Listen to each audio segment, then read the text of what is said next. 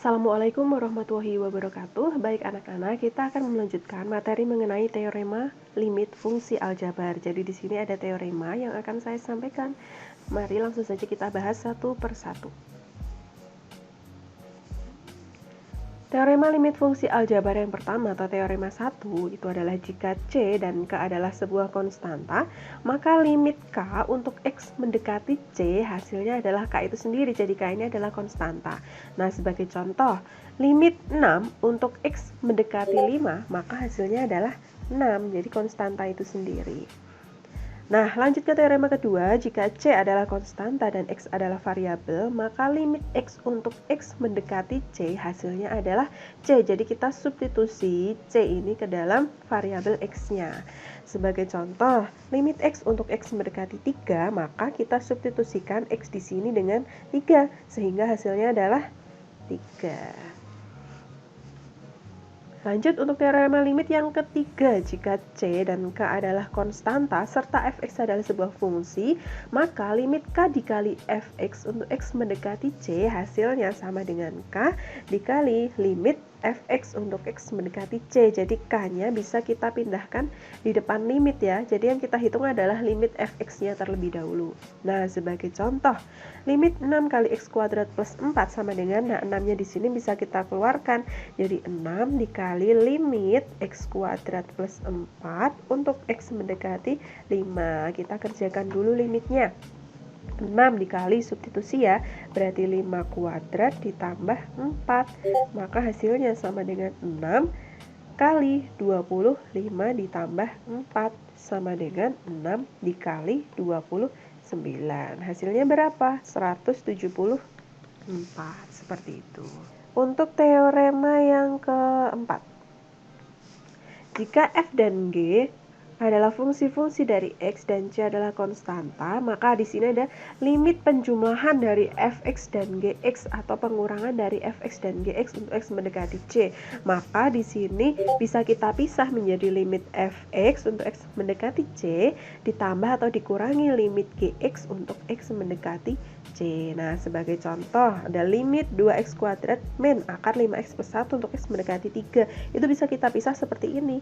Limit 2x kuadrat untuk X mendekati 3 dikurangi dengan limit akar 5x plus 1 untuk X mendekati 3, seperti itu. Nah, nanti hasilnya tinggal kita pakai substitusi saja. Atau ini jadinya berarti kita substitusi langsung, berarti limitnya tidak perlu kita tulis, menjadi 2 dikali 3 kuadrat dikurangi ini akar 5 dikali 3 plus 1.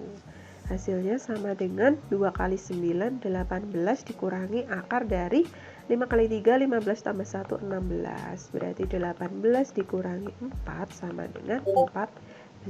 Seperti itu. Lanjut untuk teorema limit yang kelima, jika f dan g adalah fungsi-fungsi dari X, kemudian C adalah konstanta. Nah, tadi penjumlahan sama pengurangan sudah, sekarang pun juga berlaku pada perkalian. Limit fx dikali gx untuk X mendekati C, maka bisa kita pisah menjadi limit fx untuk X mendekati C dikali dengan limit gx untuk X mendekati C.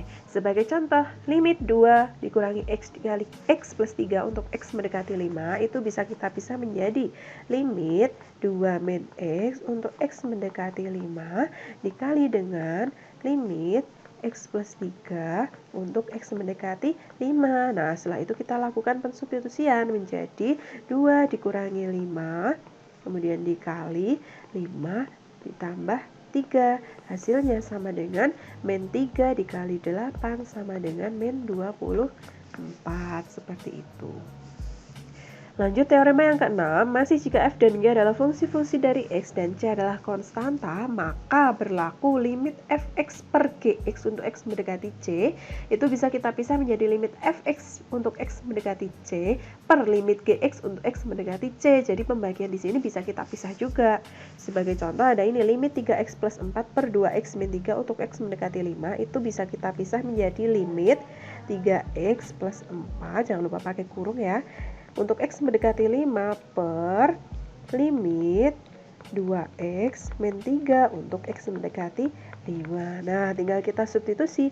Berarti 3 dikali 5 plus 4 per 2 dikali 5 min 3. Hasilnya sama dengan 15 tambah 4 itu 19, per 10 kurangi 3 itu 7. Berarti 19 per 7.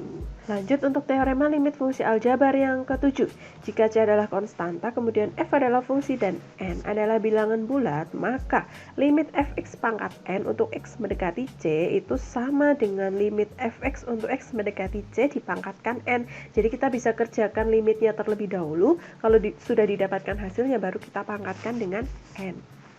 Sebagai contoh, limit x kuadrat plus 5x pangkat 3 untuk x mendekati 2 itu bisa kita tulis menjadi limit x kuadrat plus 5x untuk x mendekati 2 dipangkatkan 3. Jadi limitnya kita kerjakan dulu. Nah, kita substitusi ya.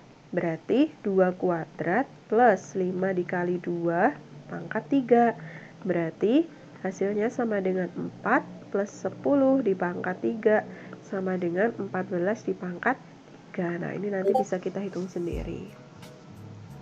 Seperti itu.